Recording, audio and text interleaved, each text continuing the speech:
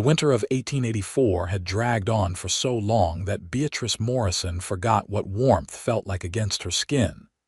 And when the stranger rode into Lincoln, New Mexico territory, on a paint horse with frost clinging to his mustache, she was standing at her boarding house window counting the days until she could leave this frozen hell behind. The snow had started in late October, unusual for the territory, and now in mid-February it showed no signs of stopping. Beatrice pressed her palm against the cold glass and watched the rider dismount outside the saloon across the street. Even from this distance, she could see he was tall, with broad shoulders that seemed to carry the weight of the world beneath a heavy coat. He tied his horse to the post and looked up, his eyes finding her window as if he had known she would be watching. For a moment, their gazes locked, and something in her chest tightened. She stepped back quickly, letting the threadbare curtain fall.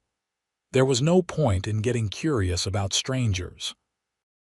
In the 3 years since her father died and left her with nothing but debts in this crumbling boarding house, she had learned that lesson well enough.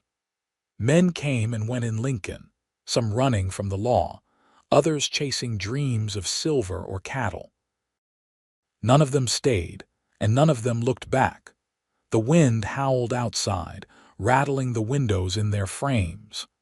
Beatrice wrapped her shawl tighter around her shoulders and descended the narrow stairs to the kitchen.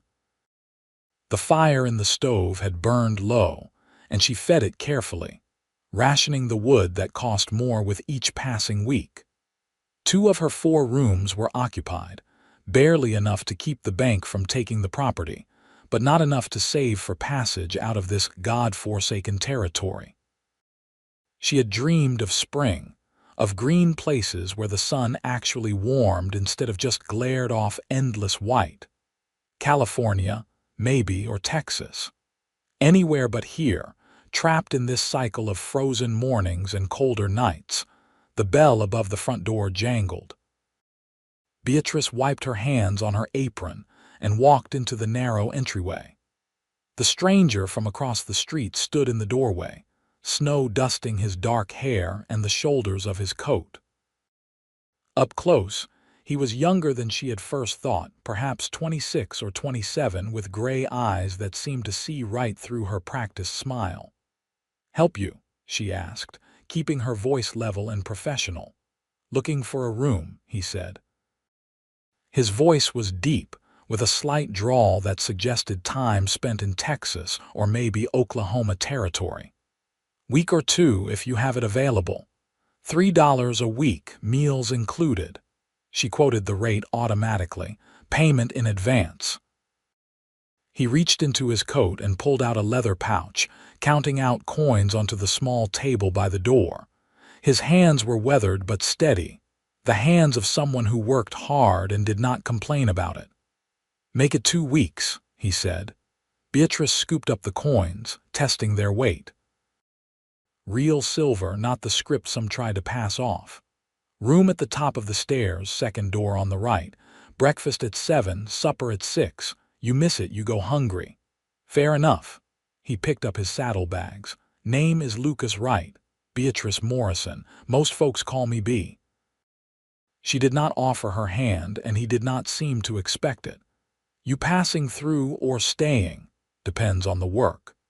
He glanced toward the window where snow continued to fall in thick, wet flakes, "though I am starting to think I should have stayed south." "You and me both," she said before she could stop herself. Something shifted in his expression, a softness around his eyes. "You are not from here, born in Missouri." "Came out here with my father when I was 15.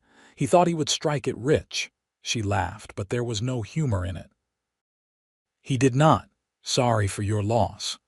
The simple condolence, spoken without platitude or false sentiment, caught her off guard. She nodded once sharply. "Room is upstairs. Water pump is out back, but it is likely frozen. I will bring up a pitcher later." Lucas Wright climbed the stairs with the easy grace of someone accustomed to long days in the saddle. Beatrice watched him go, then returned to the kitchen, irritated with herself for saying so much. She had learned to keep her words few and her thoughts private.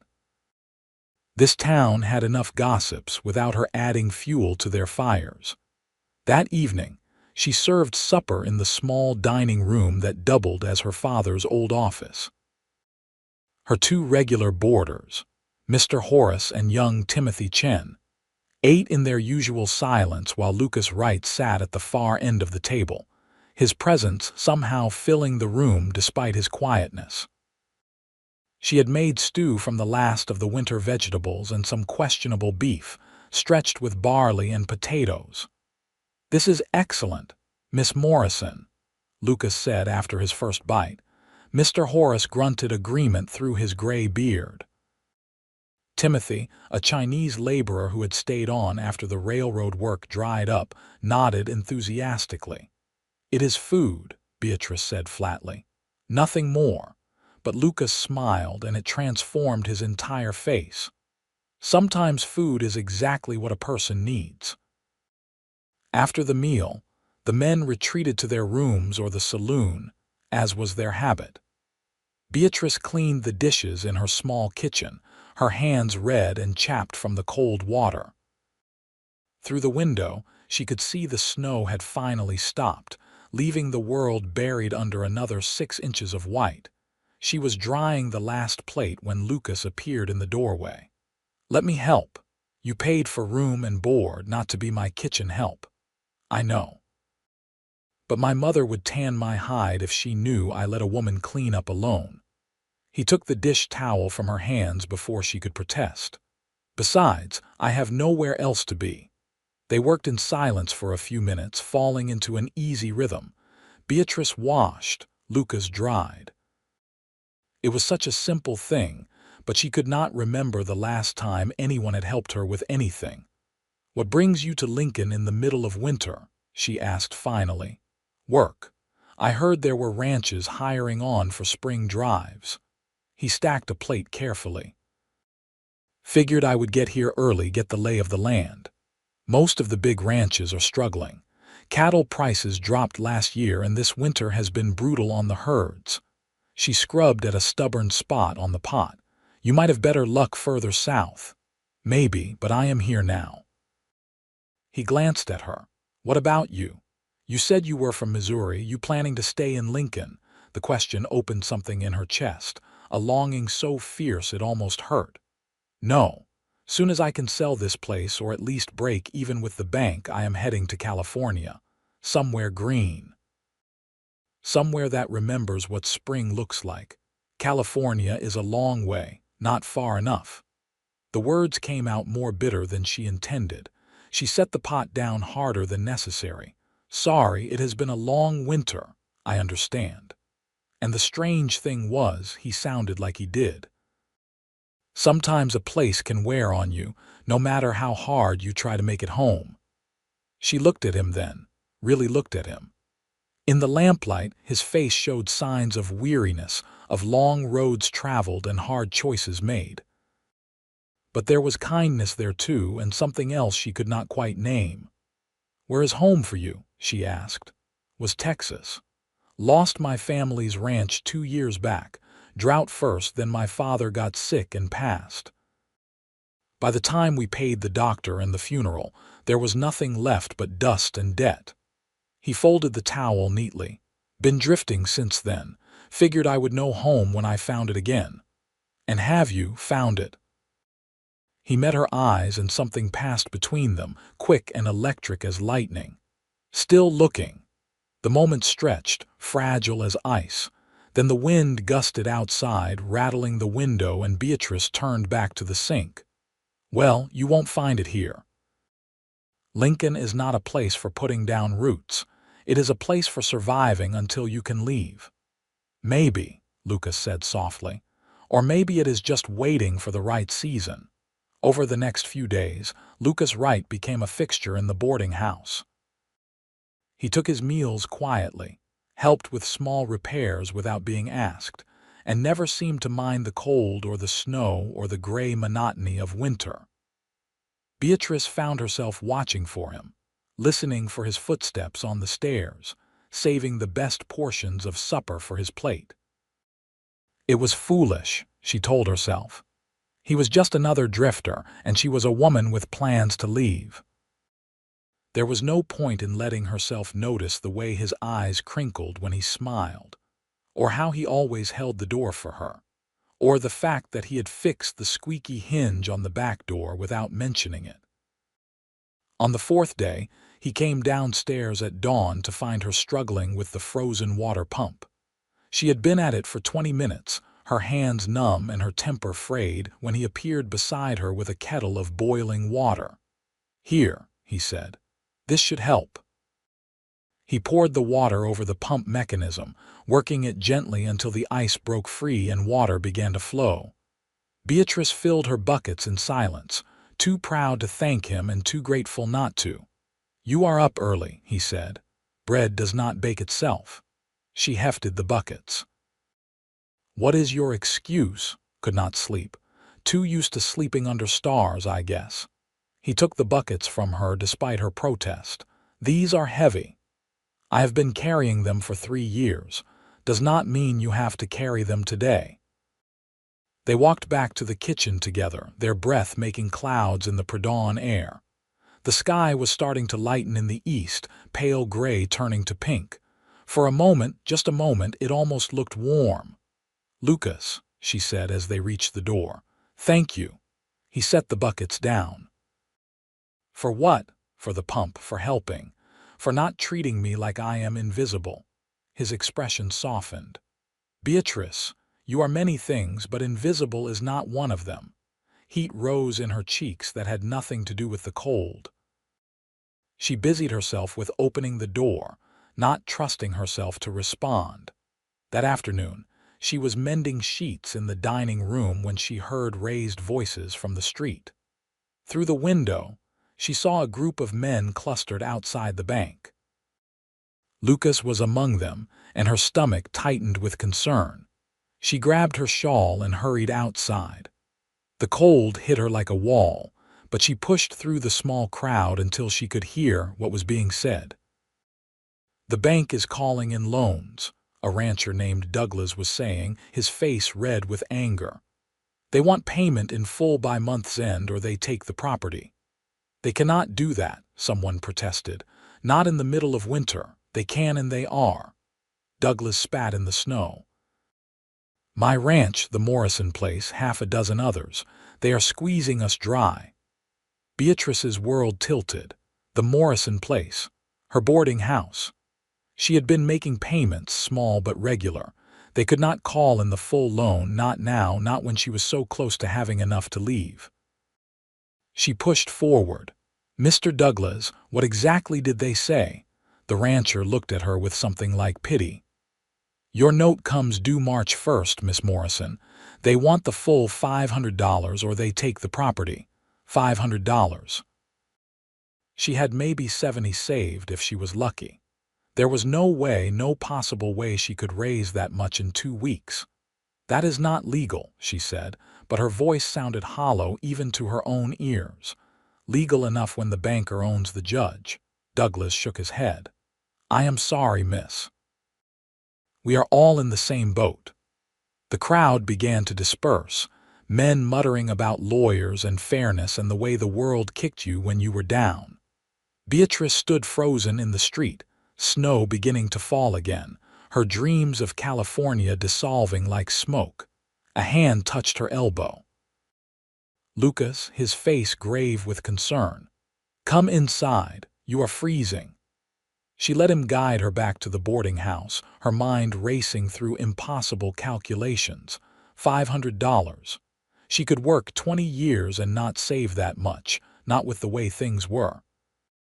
In the kitchen, Lucas sat her down at the table and poured coffee that had been sitting on the stove since breakfast. It was bitter and thick, but she drank it anyway, needing something to do with her hands. "I will lose everything," she said finally. "The house, the little money I have saved." "Everything my father worked for." "Not necessarily." Lucas leaned against the counter. "You have 2 weeks. A lot can happen in 2 weeks." "Like what?" A miracle, she laughed, sharp and broken. Those do not happen in Lincoln, New Mexico territory. Trust me, I have been waiting for one. He was quiet for a long moment, studying her with those gray eyes that seemed to see too much. Then he said, "What if I told you there was a way to earn that money? Not all of it, maybe, but enough to show the bank you are good for it." "I would say you were lying or crazy." She set down the cup. "There is no work here, nothing that pays more than a few dollars a week. Not here. But south, down toward the Ruidoso Valley, there are ranches hiring for early spring roundups. Good pay for hard work if you can handle it." He paused. "I was planning to head that way once the weather cleared." "You could come with me." Beatrice stared at him. "That is absurd. I cannot just leave. I have boarders, responsibilities." "You have two boarders who can fend for themselves for a few weeks. Mr. Horace has been cooking his own meals longer than you have been alive, and Timothy knows his way around a kitchen." Lucas's voice was gentle but firm. "The question is not whether you can leave. It is whether you are willing to fight for what you want." "And what makes you think I want to go south with a man I barely know, to do work I have never done, on the promise of maybe earning enough money to stave off disaster? Because the alternative is giving up." He held her gaze. "And you do not strike me as someone who gives up easy." She wanted to argue, to tell him he was wrong, that his plan was foolish and impossible. But the truth was, he had already seen through her. She was desperate, and desperate people did desperate things. "Even if I agreed," she said slowly, "the weather is terrible. We would freeze to death before we made it 20 miles. The weather is breaking, I can feel it." Lucas moved to the window, looking out at the falling snow. "Give it another day or two and we will see clear skies, cold still but manageable." "You can feel it," she repeated flatly. "That is your evidence. Grew up on a ranch, remember? You learn to read the weather or you do not survive long." He turned back to her. "Trust me on this, Beatrice. Spring is coming, and when it does, I will get you there. To the Ruidoso Valley, to the work, to whatever it takes to save your home." The words hung in the air between them, a promise and a challenge all at once. Beatrice looked at this man who had been a stranger less than a week ago, who was now offering her something no one else had: hope. "Why?" she asked. "Why would you help me? What do you get out of this?" Lucas was quiet for a moment, then he said, "Maybe I am tired of drifting. Maybe I want to help someone put down roots since I cannot seem to find my own. Or maybe I just think you deserve better than what this winter has given you." The honesty in his voice made her chest ache. She stood up, walking to the window to stand beside him. Outside, the snow was falling softer now, big lazy flakes that caught the lamplight. "If I say yes," she said, "and we do this thing and somehow it works, I am still leaving for California." "That has not changed, I know." There was no judgment in his tone, only acceptance. "But at least you would be leaving on your terms, not because some banker forced you out." She took a breath, tasting the enormity of the decision. Then she said, "When do we leave?" His smile was like sunrise. 2 days. That will give you time to settle things here and give the weather time to break. You had better be right about that spring weather." Lucas right. "Have I been wrong yet? I have only known you 5 days. Then I am batting 1,000. He held out his hand. "Partners." She looked at his hand, calloused and strong, then placed her own in it. His grip was warm despite the cold, solid and reassuring. "Partners." The next 2 days passed in a blur of preparation. Beatrice explained the situation to Mr. Horace and Timothy, both of whom promised to look after the boarding house in her absence. She packed what little she would need, clothes and supplies she could carry on horseback, and tried not to think too hard about what she was about to do. Lucas spent the time checking the horses, buying provisions, and making quiet inquiries about the route south. True to his word, the weather began to shift. The snow stopped falling on the evening of the second day, and by morning the sky was clear and painfully blue. They left at first light on a Wednesday, riding out of Lincoln as the town was still waking. Beatrice had borrowed a horse from the livery, promising to return it within the month, and she sat in the saddle with the stiffness of someone unused to long rides.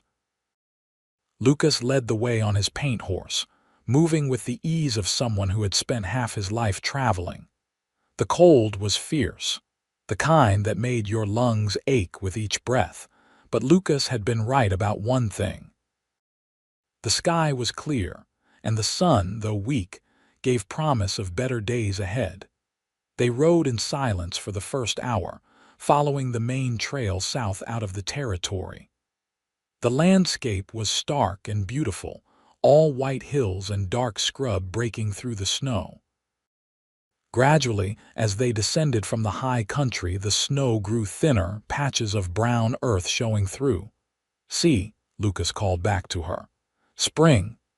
Beatrice wanted to argue, but she could not deny the change. The air felt different, less sharp, more forgiving. And there, on a south-facing slope, she saw the first hint of green grass beginning to emerge from winter's grip. Something in her chest loosened, just a little. They stopped at midday to rest the horses and eat the cold biscuits and jerky Beatrice had packed. Lucas found a spot out of the wind, a small hollow with rocks they could sit on, and they ate in companionable silence. "How are you holding up?" he asked. "Sore," she admitted. "But not dead yet," he laughed. "That is the spirit. We will make camp before dark, let you rest proper. Tomorrow will be easier." "You keep saying things will be easier. You realize that makes me think you are just a very convincing liar." "Maybe I am. Or maybe I am just an optimist." He took a drink from his canteen. "My mother used to say that faith is not about knowing everything will work out. It is about believing things are worth fighting for, even when you do not know." She sounds like a wise woman. She was. The past tense carried weight. "Lost her to fever the year before my father died. Sometimes I think he died of a broken heart as much as anything else." Beatrice set down her biscuit. "I am sorry, that must have been hard." "It was, still is some days." He looked out at the landscape, at the endless roll of hills and sky. "But it taught me something. Life is short and you cannot waste it being afraid. You have to grab hold of what matters and fight for it with everything you have." "Is that what you are doing? Fighting for something?" He looked at her then, and there was something in his eyes that made her breath catch. "Getting there." They rode on through the afternoon, the miles passing beneath the horses' hooves. Lucas proved to be easy company, pointing out landmarks and wildlife, telling stories about his travels that made her laugh despite her exhaustion. By the time they made camp that evening, Beatrice felt like she had known him far longer than a week. Lucas built a fire while she tended the horses, rubbing them down and making sure they were secure for the night. The temperature was dropping with the sunset, but it was nowhere near as bitter as Lincoln had been. There was a softness to the air, a promise that winter was finally loosening its grip. They ate beans and bacon heated over the fire, and Lucas produced a small bottle of whiskey from his saddlebags. "For warmth," he said, offering it to her first. She took a cautious sip, feeling the burn all the way down. "Where did you get this?" "Saloon in Lincoln. Figured we might need it." He took his own drink. "Besides, my father always said a good whiskey makes any camp feel like home." They passed the bottle back and forth, the alcohol warming her from the inside out. Above them, stars were beginning to appear, more stars than she had ever seen, brilliant and cold and impossibly distant. "Tell me about California," Lucas said after a while. "What are you hoping to find there?" Beatrice wrapped her arms around her knees, thinking. "Honestly, I do not know. Green, I guess. Trees and hills that are not covered in snow. The ocean, maybe. I have never seen the ocean." "It is something," he said. "Went to Galveston once with my father." The water goes on forever, blue and green and always moving, made me feel small but in a good way. That sounds nice. She glanced at him. You ever think about settling near the ocean, maybe, though I am more a mountain man than a sea man? He poked at the fire with a stick. Truth is, I have spent so much time running from what I lost, I forgot to think about what I might want instead. And now I am starting to remember. His eyes found hers across the fire. Starting to think that maybe home is not just a place, maybe it is people too. The weight of his words settled over her, warm and terrifying all at once. She wanted to say something, but the right words would not come. Instead, she took another sip of whiskey and changed the subject. How far to Ruidoso? Another 2 days if the weather holds. We will hit the first ranches tomorrow evening. He must have sensed her need to step back because he let the moment pass without comment. There is a place called the Running W Ranch. Owner is a man named William Garrett. Fair man, pays honest wages. I worked for him a few years back. And you think he will hire us, both of us? I think he will hire anyone who can work. And Beatrice, I have seen you manage that boarding house. You can work. She hoped he was right. Everything depended on it. That night, she lay in her bedroll near the fire, listening to the horses shift and the night sounds of the wild. Lucas was on the other side of the fire, his breathing deep and even. She should have been afraid, out here alone with a man she barely knew, but she was not. There was something solid about Lucas Wright, something trustworthy that went bone deep.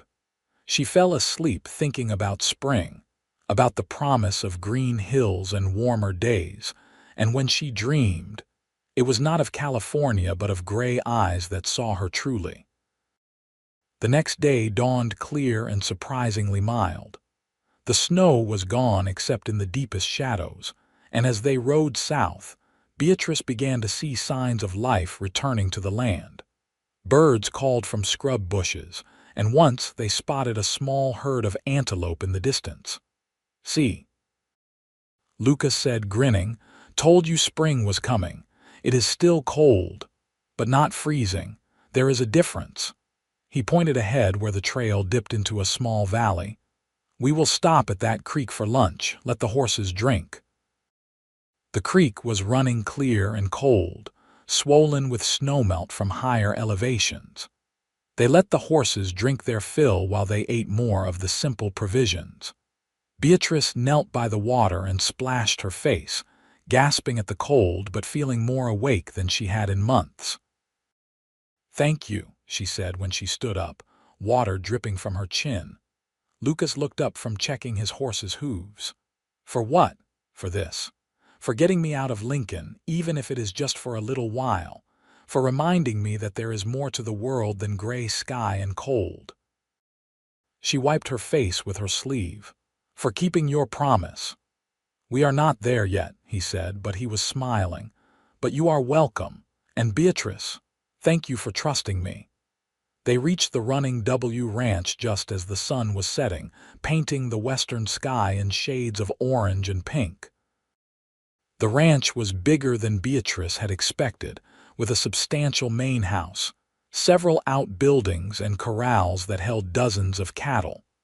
A man was working near the barn, and Lucas rode over to him.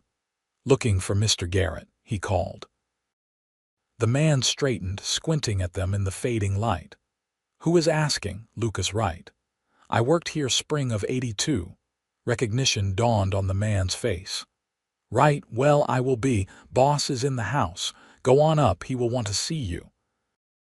They tied their horses and walked to the main house. Lucas knocked, and after a moment, the door opened to reveal a grizzled man in his 50s with weathered skin and sharp blue eyes. Lucas Wright, the man said, and there was genuine warmth in his voice. Thought you fell off the edge of the earth. Just about, Mr. Garrett. Lucas shook his hand. This is Beatrice Morrison. We are looking for work if you are hiring. Garrett's eyes moved to Beatrice, assessing without being rude. That's so. What kind of work? Whatever you need, Lucas said. Cattle, horses, repairs. Beatrice here runs a boarding house, so she knows cooking and managing. We are both hard workers and we will take fair wages. Boarding house, you say? Garrett looked at Beatrice with new interest. You any good with medicine? My wife helps with the hands when they get hurt, but she could use someone who knows their way around a sick room. I have some experience, Beatrice said carefully. Tended my father through his illness and dealt with enough cuts and bruises from boarders over the years. Good enough. Garrett stepped back, opening the door wider. Come in, both of you. We will talk terms over supper. Martha will want to meet you. Inside, the house was warm and smelled of roasting meat and fresh bread. A woman appeared from the kitchen, wiping her hands on her apron. She was younger than Garrett by at least 10 years, with kind eyes and brown hair shot through with gray. Martha, this is Lucas Wright, used to work here, and Beatrice Morrison. They are looking for employment. Martha smiled. Any friend of my husband's is welcome here. Sit down, both of you. Supper is nearly ready. Over a meal of beef, potatoes, and greens from Martha's root cellar, they discussed terms. Garrett was willing to hire them both through the spring roundup, which would last at least a month, maybe more. The pay was better than Beatrice had dared hope, and with both of them working, they might actually earn enough to satisfy the bank. There is one condition, Garrett said as Martha served coffee. We have bunkhouses for the men, but if Miss Morrison is going to be working here, she needs proper accommodations. There is a small cabin behind the main house, used to be for the foreman before he built his own place. You two can stay there. Beatrice felt heat rise in her cheeks. We are not married, Mr. Garrett. Did not figure you were, or you would have said. Garrett's expression was matter of fact. But I run a respectable ranch, and I will not have my wife's reputation or yours damaged by improper arrangements. You will have separate rooms in the cabin, and I expect you both to conduct yourselves accordingly. Of course, Lucas said quickly. We appreciate the consideration. Later, as they settled into the small cabin, Beatrice stood in the main room and looked around. It was simple but clean, with a wood stove, a table, 2 chairs, and 2 small bedrooms on either side. Better than she had expected, better than she probably deserved after the risk she had taken. Lucas appeared in the doorway of his room. You all right? Yes. Just thinking about how strange life is. A week ago, I was convinced I would lose everything. Now I am in the middle of nowhere with a cowboy I barely know, and somehow it feels like the smartest thing I have ever done. Well, I am glad you think I am smart. He leaned against the doorframe. Get some rest. Work starts early around here. Lucas, she turned to face him fully. Why are you really doing this? And do not say it is just to help. There has to be more to it than that. He was quiet for a long moment, his face shadowed in the dim light. You want the honest truth, always. Because when I rode into Lincoln and saw you in that window, you looked the way I felt. Trapped, tired, ready to give up but too stubborn to quit. And I thought if I could help you break free, maybe I could figure out how to do the same for myself. He met her eyes. Selfish, maybe. But there it is. The honesty of it took her breath away. That is not selfish, that is human. Maybe, he straightened. Get some sleep, Beatrice. Tomorrow is a new day. She lay awake long after he had gone to his room, thinking about his words, about the way he looked at her, about the dangerous warmth growing in her chest whenever he was near. This was not supposed to happen. She was not supposed to care about Lucas Wright beyond his usefulness in helping her save her boarding house. But somehow, somewhere between Lincoln and here, something had shifted. Work on the Running W Ranch was harder than anything Beatrice had done before. She woke before dawn to help Martha prepare breakfast for the hands, then spent her days tending to various tasks around the ranch. She helped Martha with the garden, preparing it for spring planting, mended clothes and tack, and assisted with medical needs as they arose. Lucas worked with the cattle, helping to prepare for the spring roundup when they would gather the scattered herd and drive them to market. He came back to the cabin, each evening exhausted and covered in dust, but always with a smile for her and a story about his day. They fell into a routine, sharing meals in their little cabin, talking by the fire about everything and nothing. She learned that he had a brother somewhere in Colorado, that his favorite food was his mother's apple pie, that he had once wanted to be a teacher before life took him in a different direction. He learned that she had been engaged once, to a man who left for the California gold fields and never came back, that she loved thunderstorms, that her secret dream was to write a book someday about life on the frontier. "You should do it," Lucas said one evening as they sat by the fire. "Write the book, I mean. With what time, what resources?" But she was smiling. "With whatever you can spare. Stories like yours deserve to be told. Stories like mine are common as dirt out here. Woman loses everything, struggles to survive. Nothing special about that. You are wrong." He leaned forward, his face serious. "The fact that you are still fighting, still dreaming about California and books and better days, that makes you extraordinary." The words hung in the air between them, charged with something neither of them was ready to name. Beatrice stood up quickly. "I should turn in, early morning tomorrow, Beatrice." He stood too, close enough that she could feel the warmth of him. "I did not mean to make you uncomfortable. You did not. That is the problem." She looked up at him, at the face that had become so familiar so quickly. "Lucas, I am leaving. As soon as we earn enough, I am going to California. You know that, I know. So whatever this is between us, it cannot go anywhere. It would not be fair to either of us. I know that too," but he did not step back. "Does not stop me from wishing things were different." Her heart was pounding so hard she was sure he could hear it. "We should not. Probably not." But neither of them moved. The space between them seemed to vibrate with possibility, with want, with the weight of everything they were not saying. Then slowly, Lucas lifted his hand and tucked a strand of hair behind her ear. The gesture was so gentle, so tender that it broke something in her. "Lucas," she whispered, "tell me to stop and I will. Tell me you do not feel this too and I will never mention it again." But she could not tell him that, because it would be a lie. Instead, she rose on her toes and kissed him, soft and uncertain and full of all the longing she had been trying to deny. He responded immediately, his arms coming around her, pulling her close. The kiss deepened, growing from tentative to sure, from question to answer. He tasted like coffee and smoke and something uniquely him, and she felt like she was coming home and leaping off a cliff all at once. When they finally broke apart, both breathing hard, Lucas rested his forehead against hers. "We should talk about this." "Tomorrow," she said. "We will talk tomorrow." "Tomorrow," he agreed and kissed her again. They did talk the next day, walking together in the early morning before work began. They agreed that whatever was between them was complicated, that there were no easy answers, that Beatrice still planned to leave. But they also agreed that they cared for each other, that denying it was pointless, and that for now, for this moment, they could be together.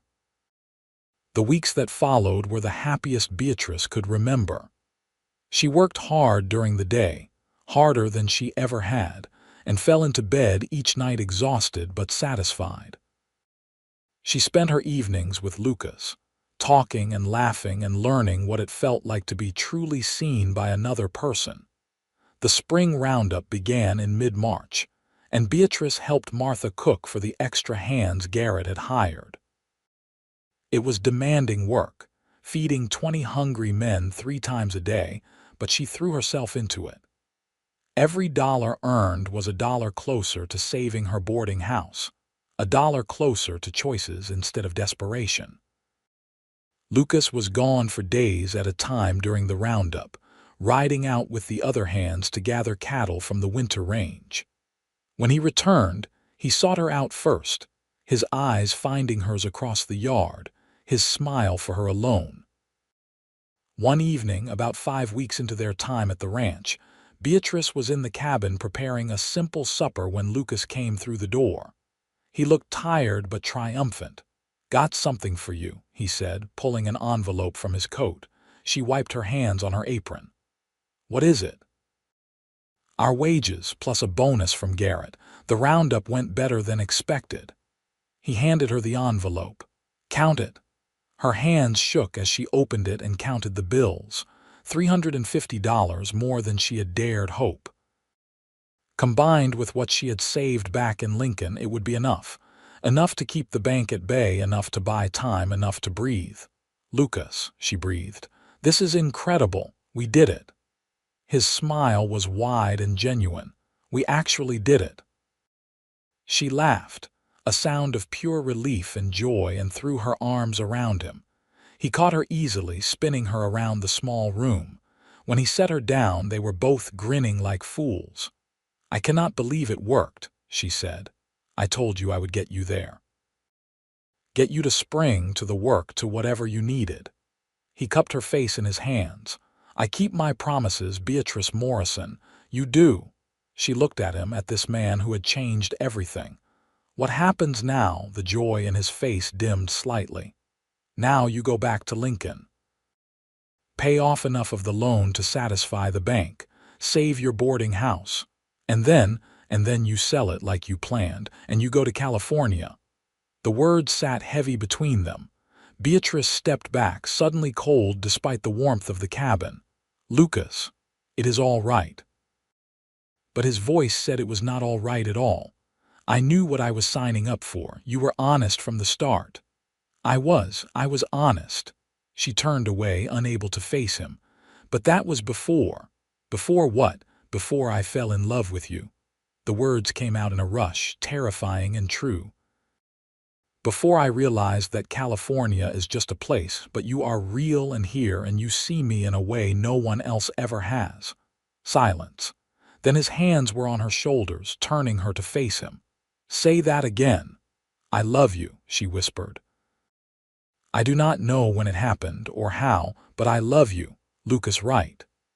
And I do not know what to do about it, because I am supposed to leave and you are supposed to keep drifting, and none of this was supposed to matter this much." He kissed her then, deep and fierce and full of everything words could not say. When he pulled back, his eyes were bright. "I love you too. Have for weeks now, maybe since that first day when you looked at me like I was a problem to solve instead of a person to charm. You are everything I did not know I was looking for, Beatrice. Then what do we do? I do not know." He pulled her close, tucking her head under his chin. "But we will figure it out, together." They stayed like that for a long time, holding each other as the sun set outside and the fire burned low. Finally, Lucas said, "Let me ask you something. Why California? What is really there that you cannot find somewhere else?" "I do not know anymore," she admitted. "It started as just needing to get away from Lincoln, from the cold and the memories of my father and everything I lost. California seemed like the opposite of all that, green and warm and full of possibility. And now I am not sure what I want, except you. I know I want you." He was quiet for a moment, then said, "What if we built something new? Not Lincoln, not California, but somewhere else. Somewhere we could both put down roots." "Where?" "I do not know yet. But Garrett mentioned something today, said he knew of land for sale down near Roswell. Good land with water and grass. Not a huge spread, but enough for a small ranch." He pulled back to look at her. "We could pool our money, buy it together. Build something that is ours, not your father's memory or my family's lost dream, but ours." The idea was terrifying and thrilling all at once. "That is crazy." "Probably. But so was riding out of Lincoln in the middle of winter," he smiled. "We have made crazier decisions." I have never ranched. I do not know anything about cattle or horses beyond basic care. You will learn. You are smart and tough, and you do not give up when things get hard. That is 90% of ranching right there. His thumb traced her cheekbone. I am not asking you to give up your dreams, Beatrice. I am asking you to build new ones with me. She thought about Lincoln, about the boarding house that had been her prison and her responsibility for 3 years. She thought about California, that distant promise of green hills and fresh starts. And she thought about Lucas, about the way he made her laugh and feel safe and seen. I need to go back to Lincoln first, she said finally. Settle with the bank, deal with the boarding house. I owe Mr. Horace and Timothy that much at least. I will go with you. And then we go look at that land near Roswell, see if it is worth investing in. See if we can imagine a life there. He kissed her forehead. No pressure. If you get back to Lincoln and decide you want California after all, I will understand. Will you? No, it will destroy me, but I will understand. He said it lightly, but she heard the truth underneath. I love you enough to let you go if that is what you need. I do not want to go. The realization crystallized as she said it. I want to stay with you, building something new. His smile was like the sun breaking through clouds. You are sure? I am terrified. But yes, I am sure. They left the Running W Ranch a week later, their saddlebags full of wages earned and hearts full of plans for the future. Garrett and Martha saw them off with warm wishes and an open invitation to return anytime. You are good people, Garrett said, shaking Lucas's hand. That land near Roswell, I meant what I said. It is good property and the owner is motivated to sell. You want an introduction, just say the word. I appreciate that, sir. I will be in touch. Lucas helped Beatrice onto her horse. Thank you for everything. The ride back to Lincoln took 3 days, and it was nothing like the desperate flight south had been. The weather was mild now. True spring arrived at last. Wildflowers were blooming on the hillsides, and the world had come alive with color and sound. They talked as they rode, making plans and dreams and promises. They would settle with the bank, sell or rent the boarding house, and use the money to buy the land near Roswell. Lucas knew ranching, Beatrice knew business and management. Together, they would build something lasting. Lincoln looked different when they rode in on a warm afternoon in mid-April. The snow was gone, the streets muddy but drying in the sun. People were out and about, looking more alive than Beatrice had seen them in months. She went directly to the bank, walking in with her head high and Lucas at her side. The banker, a thin man named Silas Petty, looked surprised to see her. Miss Morrison, we expected you would have cleared out by now. I am here to make a payment on my loan, Mr. Petty. She counted out $200 on his desk. That should bring me current and then some. Petty's eyes widened. Where did you come by this money? Honest work, which is more than I can say for your collection practices. She kept her voice level but firm. I will pay off the rest within the year. In the meantime, you will cease harassment of me and the other property owners in this town. Now see here, Petty blustered. No, you see here. Lucas stepped forward. The lady has paid what is owed and then some. You have no legal grounds to foreclose, and if you try, we will take it to a real judge, not the one in your pocket. Petty looked between them, clearly calculating. Finally, he sighed and made a note in his ledger. Very well. The Morrison property is current. But I want the rest of that loan paid by year's end, or we will revisit this conversation. You will have it. Beatrice turned and walked out, Lucas following. Outside, she let out a breath she did not know she had been holding. That was terrifying. You were magnificent. Lucas took her hand. What now? Now I talk to Mr. Horace and Timothy. See if one of them wants to buy the boarding house or maybe run it together. Either way, I am done being its keeper. As it turned out, Mr. Horace and Timothy were very interested in buying the property. They had been talking about going into business together, and the boarding house was perfect for their needs. The price was fair, enough to pay off the remainder of Beatrice's loan and leave some left over for the ranch. Within 2 weeks, the sale was complete. Beatrice signed over the deed with a sense of relief so profound it made her lightheaded. The boarding house, her father's failed dream and her 3-year burden, was someone else's problem now. She stood outside the building one last time, Lucas beside her, and felt nothing but freedom. "Ready?" he asked, more than ready. She took his hand. "Let us go see about that land." The property near Roswell was everything Garrett had promised. 200 acres of grassland with a creek running through it, a small house that needed work, and a barn that was still sound.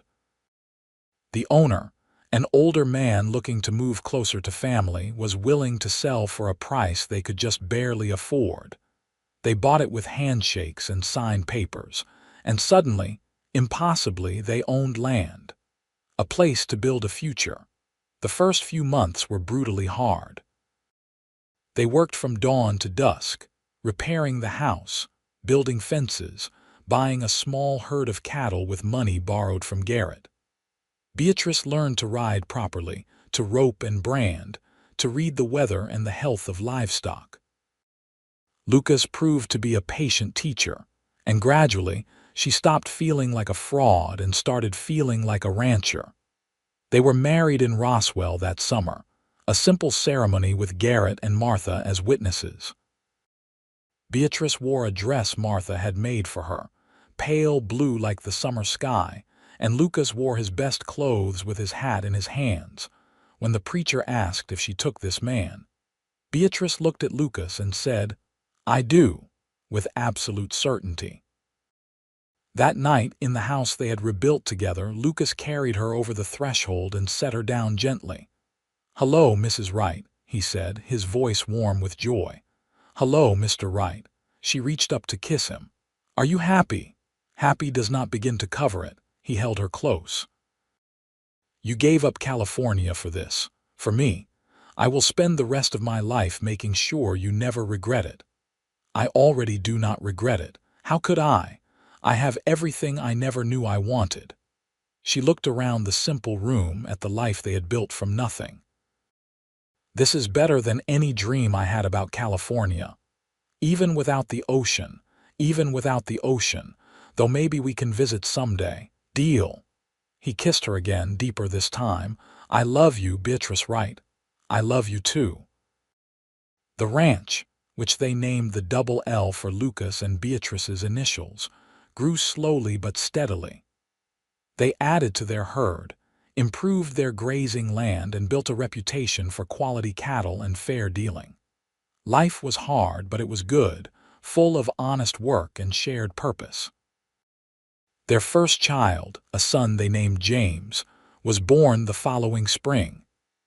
Beatrice held him in her arms and marveled at the miracle of it, this new life that was part her and part Lucas and entirely his own. Lucas was a devoted father, patient and playful, teaching James to ride as soon as he could walk. They had 2 more children in the years that followed, a daughter named Clara and another son named Thomas. The ranch prospered. They hired help when they could afford it, expanded their operations, became pillars of the growing community around Roswell. But through it all, the thing that mattered most was each other. On spring evenings, when the work was done and the children were asleep, Beatrice and Lucas would sit on the porch of their house and watch the sun set over their land. Sometimes they talked about the past, about that winter in Lincoln and the desperate ride south.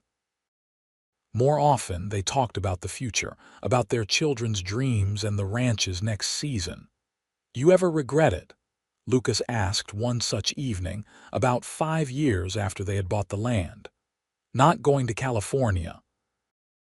Beatrice looked at him, at the lines around his eyes from squinting into the sun, at the gray starting to thread through his hair.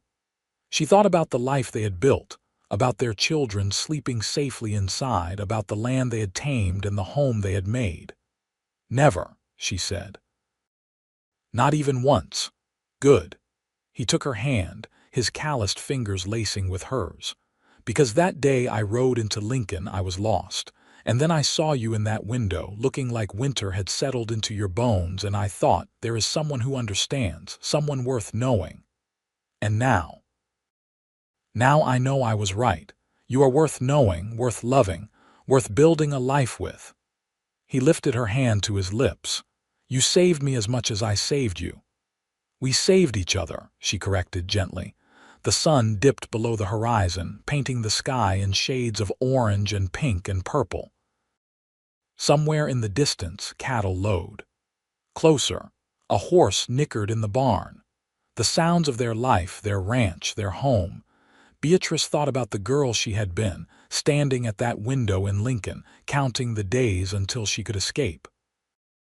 That girl had been so certain she knew what she wanted, so sure that happiness lay somewhere else, somewhere distant and green and foreign. She had been wrong.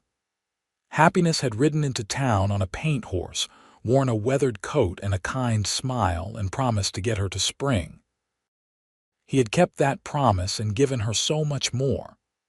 "I love you," she said to Lucas, the words as true now as they had been that first time in the cabin at the Running W.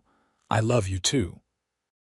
He pulled her close, and they sat together as stars began to appear overhead, bright and infinite and full of promise.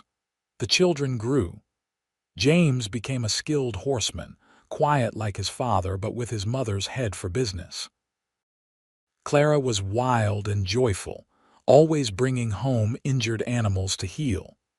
Thomas was thoughtful and curious, already talking about becoming a teacher someday. Lucas taught them about ranching and hard work and integrity. Beatrice taught them about books and kindness and the importance of fighting for what mattered. Together, they raised their children to be strong and compassionate, to understand that life was hard but worth living fully. When James turned 18, he took over more of the ranch operations, allowing Lucas and Beatrice to step back slightly. They were in their 40s now, still strong but feeling the years of hard work in their joints and muscles. One evening, Lucas found Beatrice in her small office going over accounts. He leaned against the doorframe, watching her work. "Remember when you said you wanted to write a book?" he asked. She looked up, surprised. "That was years ago." "Does not mean the dream died." He came into the room.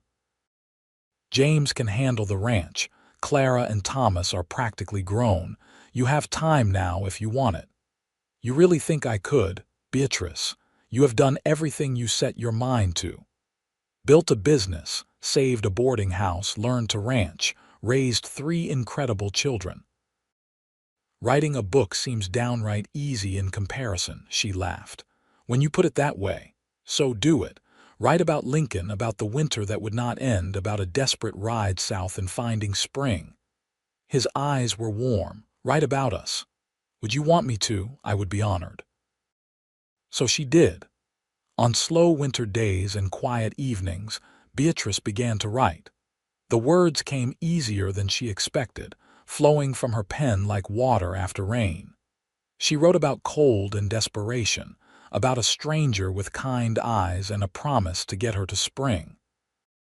She wrote about love found in unexpected places, about building a life from nothing, about the courage it took to let go of one dream and embrace another. It took her 2 years to finish, and when she did, she showed it to Lucas first.